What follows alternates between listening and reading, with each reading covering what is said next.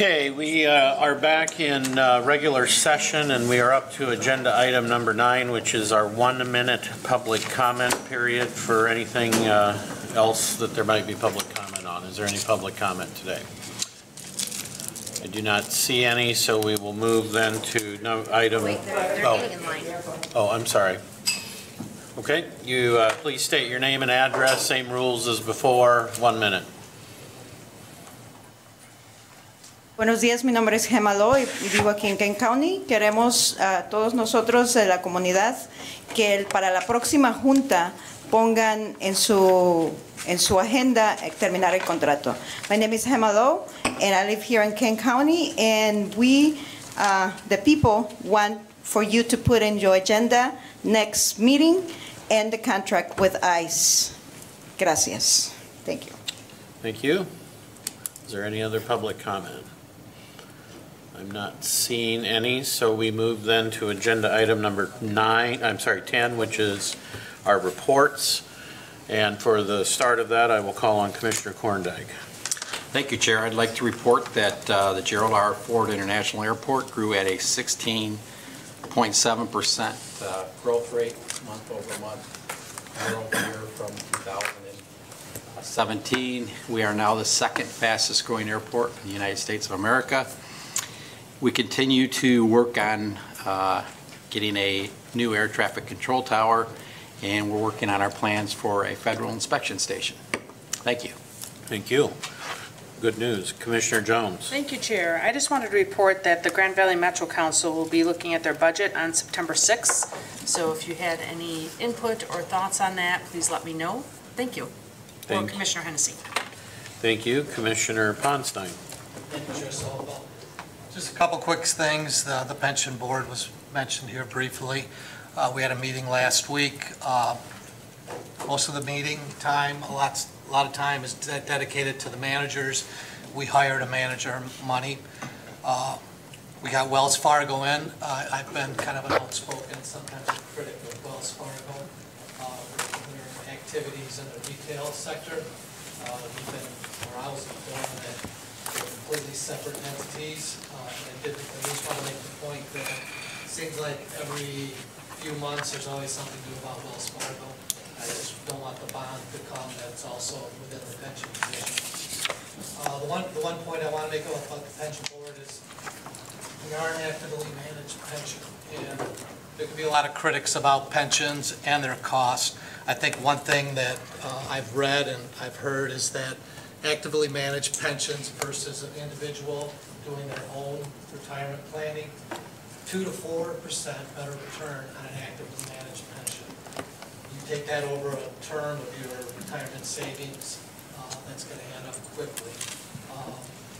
More so, what's disturbing on the other end is that current stats show that 47% of Americans now have less than $10,000, which includes the 401 and the IRA dedicated to their retirement upon retirement. Now, we can argue all day pensions versus that, but this is going to be a social problem that's going to reoccur 30, 40 years down the road when these people go to retire and all they've got to live on is their Social Security. Also, I was at the pre-session, the executive meeting, and I welcome the inquiry from the county about the land bank. There's a lot of misconceptions out there. The first things that I want to address is just the word blight that's thrown out there. We always assume that blight has to do with a home. If you go to Webster's dictionary, blight is described as an ugly, neglected, or rundown condition of an urban area. And our current projects are at the request of the city of Grand Rapids. Now, we were told that we can no longer take tax foreclosed properties, which I was more than happy to do, because that was most of the critics that have been coming after me cite time and time again. But the city of Grand Rapids had another problem, and that was the amount of vacant properties that are in their possession, and what are we going to do to dispose of those? Our land bank came up with the idea, partnered with Champion Homes, to try to find a quicker way to get these vacant homes off their rolls and get a home, single-family home, on them for people to live in and make it a taxable property. Now, people easily say that, well, a builder could do that. Well, the builders aren't out there, because those vacant properties have been available for some time. And for a builder to build a home, it's 3 to 4 months. In the margin that the city of Grand Rapids wants, they want it on the average medium income price range. There's a lot of builders that don't want to build in that zone, because there's not a lot of profit. The profit for builders are in $300,000-$400,000 homes. Those aren't really affordable homes in the city of Grand Rapids. There's also a misconception, that we're throwing modular homes on there. Well, modular homes are those things you see coming down the highway. They pull up onto a concrete pad, they're hammered together, and they're up in a day. Champion Homes develop manufactured homes.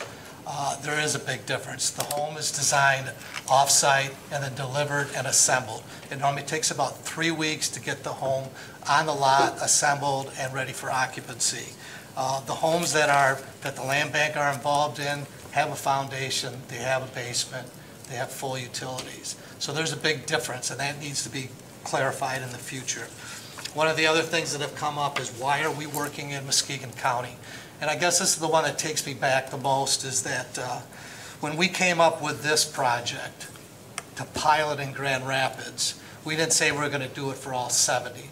We took 4 vacant lots and said, let's try it, let's see how it works. Well, we've got the eye of the State Land Bank and Governor Snyder. There are other areas in the state that have far more vacant lots than the city of Grand Rapids. And a lot of the land banks there are just banking and holding them. That's not something that the governor wants to see, and that's not something that the State Land Bank wants to see. So we're involved in Muskegon at the request of the governor and the State Land Bank to pilot a program there. So to have an organization within our county that's using best practices and people that take a note and want to expand this to the other parts of the state, I would think that that would be more than welcome. I mean, we could look at other organizations, the right place, on how they're partnering with other things and doing our best practices and passing them on. As always, the land bank's always open. The office is there. Dave Allen is more than willing to sit down and talk with any county commissioner. I know Ken Parrish is also that same way. I think me and Ken are both on the record. If the land bank is no longer needed, we'll be the first to say that we should eliminate that. But I welcome the inquiry by the county on this issue and hope for some meaningful dialogue on that. So, thank you. Thank you. Any other reports? Commissioner Talon. Thank you, Chair. Just quickly, it seems like it's been a long time since the last Grand Rapids DDA meeting, which we usually have a meeting right after it, but the primary agenda back then was an overview of where the planning is for the out-of-water development along the Grand River. There's a process in place for that, and there's lots of information out there from the media about that, and I won't cover all that here, but you can check that out on MLive and in some of the TV coverage. Thank you. Thank you. Any other reports? Commissioner Stack. Thank you, Chair. Just a couple of reports. At the last meeting of Network 180 Board, a resolution was approved to appoint and designate a search committee to proceed to identify and recommend a new CEO for Network 180. So that is just at the thresholds of beginning and projected to take, I think, through March or April or even May of next year. So. And then with respect to the Lakeshore Regional Entity, we are deep into contract negotiations with Beacon Behavioral Health and still project that we will have a final recommended contract for those services in the next 2 weeks. Any other reports? I do not. Oh, Commissioner Bonstein. Because the good news about the pension board, I brushed by and just let the bad news go there. Yes, we have $900 million in assets. We are approaching that $1 billion mark, which is a huge mark. But as a pension board member, the thing, when I go to conferences, being with other pension board members or other counties, they are in awe of what we have done. We are currently 104% fully funded. There are pension boards in this state that are less than 50%. This isn't something I did. It's something that's been built into the system. We're not a system that goes after the high profit right off the bat, time the market, and try to get a good deal. We have a plan that affects us on the downsize, and we benefit from the upside. We don't get all of it, but we certainly don't lose it all. And that's a philosophy that's been attacked long before I was there. So I just wanted to add that good news to the mix. And as the other member of the pension board, I'll add that our consultant, ACG, is who we've had for, gosh, 20-plus years, is outstanding, and they have a lot to do with why that number is at 104%. So, very good. Commissioner Morgan? I don't have. Oh, okay. All right. We'll move then to miscellaneous. I will call on Vice Chair Bolter. Thank you, Mr. Chair. I have a couple of items. The first one, kind of a somber item. I wanted to just mention Doctors Eric and Marcy Larson. They are community members in my district, touch a lot of lives. They're both doctors, pediatrician and anesthesiologist, and they tragically lost their son last week on an accident on 131 as a family. They were all together, and he ended up, their son Andy died on the scene. So I want to keep them in our thoughts and prayers as they continue to cope with that. On a business front, the Sheriff's Appointment Committee did meet on August 14th. They are taking applications to replace our sheriff. They are due on Wednesday, September 19th. You need to submit them to the clerk. So I'm sure all of that information is on the website as well, but just wanted to mention that. And then lastly, I wanted to acknowledge our county clerk for being selected as a lieutenant governor candidate for this upcoming election. We're very fortunate. Commissioner Morgan. Thank you, Mr. Chair. A couple of things. A few years ago, we did a cost benefit allocation between the urban and non-urban areas in the county, and I was wondering if we could pull that out again for the newer commissioners because it covered not only public safety but human services and where those costs are going, so it can give us an idea where our tax dollars are going.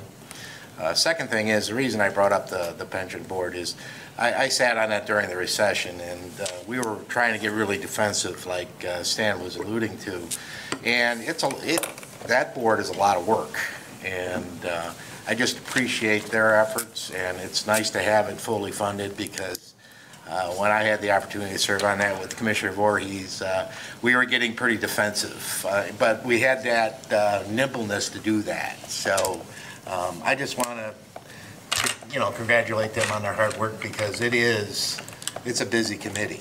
So just wanted to do a little shout out. Thank you. Commissioner Antor. Thank you, Chair. I just wanted to give my support for Sheriff Stelma and his contract with ICE.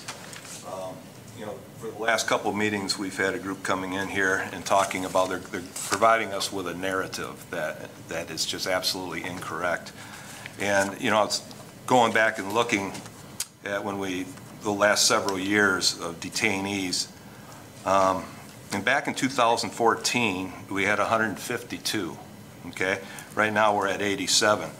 And it's been trending below 100 ever since 2014. I just want to remind everybody that President Obama was in office back then, and these separations, they didn't start with this administration. They started with previous administrations, and there was no ink on that. Nobody was talking about it because I don't want to get into the death of American journalism, but it just seems to be the thing to do right now. And I'm looking at this plea to address the fact that these kids are being ripped out of their parents' hands, that they're being pulled over or being thrown in jail for not having a license or ID. That's just simply not correct. One of the ladies asked, what's going on in your district? We've had one person arrested up in Sparta, and it was for assault with intent to commit a felony.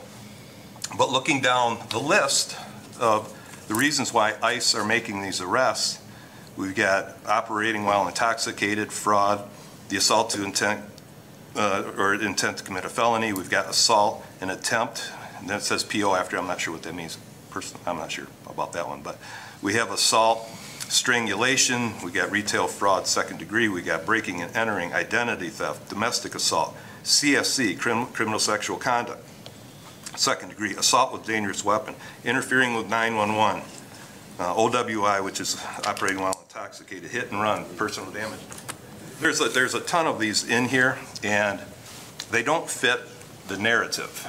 And this is public information, and I wish someone would go get that information. So I don't know why we want to award bad behavior by not lodging people. It makes no sense. In other words, because you're an illegal alien, we're going to overlook all the crimes you're committing. That doesn't make sense anywhere, unless we're talking about the bizarro world.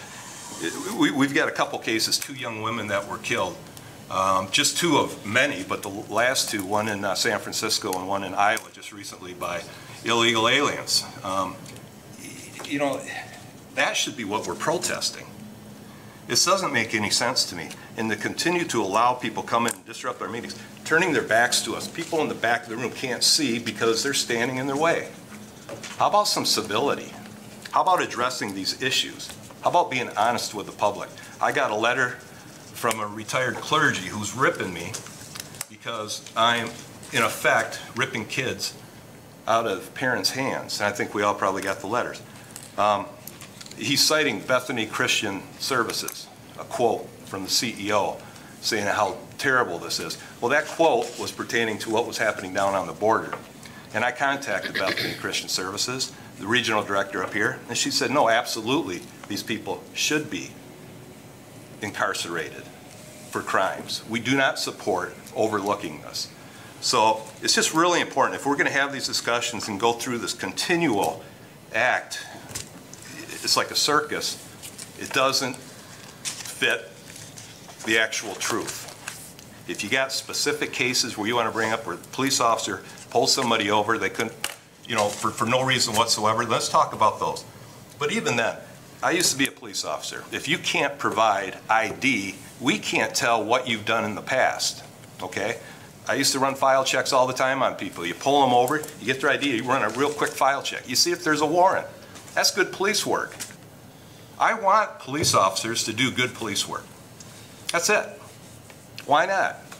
Why would we want to release dangerous people that we had there because we're being politically incorrect? We don't want to run a file check on him because of the color of his skin. I worked in Sparta. Everybody I pulled over was white. I ran file checks on all of them. Sometimes we got a hit, an arrest, whatever it was, and you process it. So if we're going to keep tolerating this every week, now today was very civil, which is great. I hope we can continue to keep that. But I want to at least get the facts out there. And I got to credit Sheriff Stellman and his staff for not making this public. He did it for a reason, because he didn't want to make the situation worse, perhaps, you know, kind of let it die out. But I wanted to point this out. This is just me. This is not, I don't represent the entire board, but I wanted to bring these things out. The lists are there. You can get them from ICE. You can get them from the Sheriff's Department. Find out what these crimes are for, okay? They're not pulling people over and taking them in because they're illegal. They don't know. I live in Sparta, Michigan. I am surrounded by migrant camps my whole life. These people are the hardest working people on the face of the earth. They come in, there's absolutely no problems with them. They come in, they do their job, they raise their families here. And if you get behind a truck or a car that they're driving, they go really, really slow. Because to be honest with you, most of them are undocumented. I've talked to the local fruit growers, but they come in, they do their job, and they go home. And people don't harass them. And I worked alongside of them when I was a kid. Couldn't keep up with them. Amazingly hardworking people. And so I just wanted to point that out, and hopefully we can bring a little bit of reality back into this discussion. And also the fact that our president did file an executive order that made separating kids at the border, you can no longer do that. He did it months ago. Of course, we don't talk about that. So that's it. I appreciate your time. Okay, Commissioner Ponstein. Thank you, Chair Salfeld. This will be just brief. I was at the MAC conference this past weekend. I was joined by Commissioner Jim Talon. The big item on there was the redo of the bylaws, and unfortunately, they did not pass. There was one section in there, in order to change it at the last minute without prior approval, needed 2/3 vote. The group that was backing not to have the expansion of the MAC board lost by about 5 votes. What they quickly realized, though, is to pass the whole bylaws, you only need a simple majority. They had the votes to kill it all. The only drawback, which does affect me, and hopefully we can get it corrected, is that the word term of a MAC director is not really defined. So when I started mine, filling in for 4 months on someone else's term, that's a term that's going to be used against my 2 terms. So technically, I've been on the board for a year and a half, and in 2 years I'll be off. So hopefully they'll get that straightened out. One thing I wanted to point out, one of the areas that represent and attend these conferences are Region 3, which Kent County is part of. We are well represented on the MAC board. Our region has 4 reps. That's probably the most you can have without having one single to you. We're represented by Phil Kyers from Ottawa County, serves as one of the Region 3 reps. Jim Story from Allegan County is also one of our reps. And like Guy, we've also added Julie Rogers to another at-large seat on the MAC board. We're responsible technically for representing all 83 counties. Julie's from Kalamazoo County. Just want to clear that, I don't put partisan stuff on the MAC board. We serve all the counties. Julie is a Democrat from Kalamazoo. I supported her from day one. She's very active in the MAC committees. She's very active on the federal level with NACO, so I'd like to welcome her onto the board. We're well represented on the MAC board, and I'm just happy to be a part of it. Thank you. Thank you. Commissioner Talon? Thank you, Chair. In my 18 years on this commission, I haven't heard public comment in a language other than English, and there's kind of a new thing there. I'm wondering if I could ask that comment be translated into English and provided to the board, so those of us that don't speak Spanish can know what the person said. Thank you. Okay. Commissioner Jones. Thank you, Chair. I also sit on the Kent County Parks Foundation Board, and I wanted to let everyone know that on September 12th, there is a tribute to Peter Sehia for the upcoming fundraiser for Something's Grilling. So if you'd like more information on that, just let me know and I'll make sure you get an invite, and it's also out there on the World Wide Web. But please consider participating and buying a ticket for that event and attending. So I will be there. Thanks.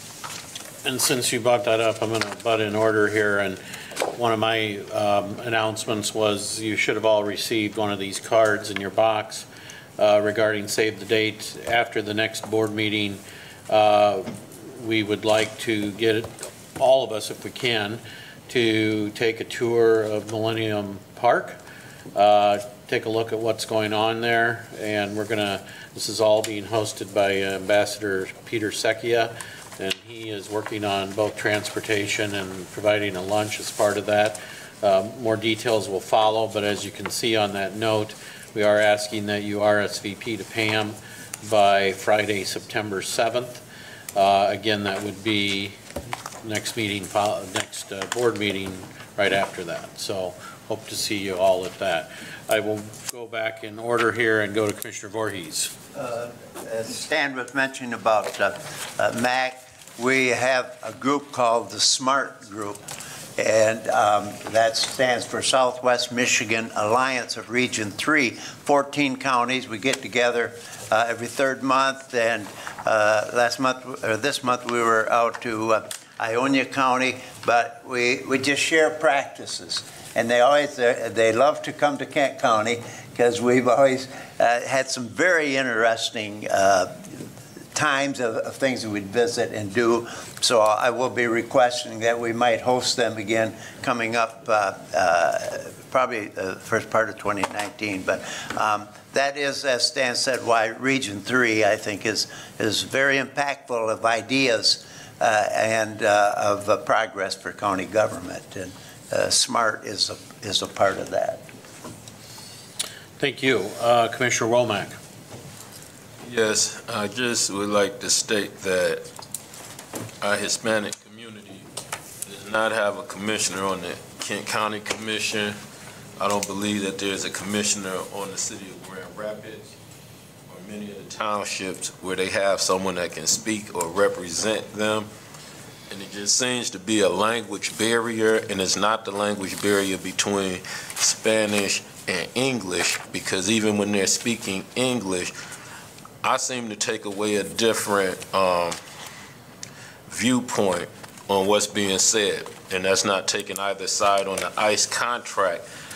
But I do believe that I didn't hear them say they want people released from jail that are felons or people that are committing crimes. And some of the meetings that we've had, I do agree with Commissioner Antor that we definitely, when we have people within these chambers, they have to follow the rules, and sometimes those rules have been broken, but it's getting better. And we do have a responsibility to address those issues and teach people the rules their first time coming here.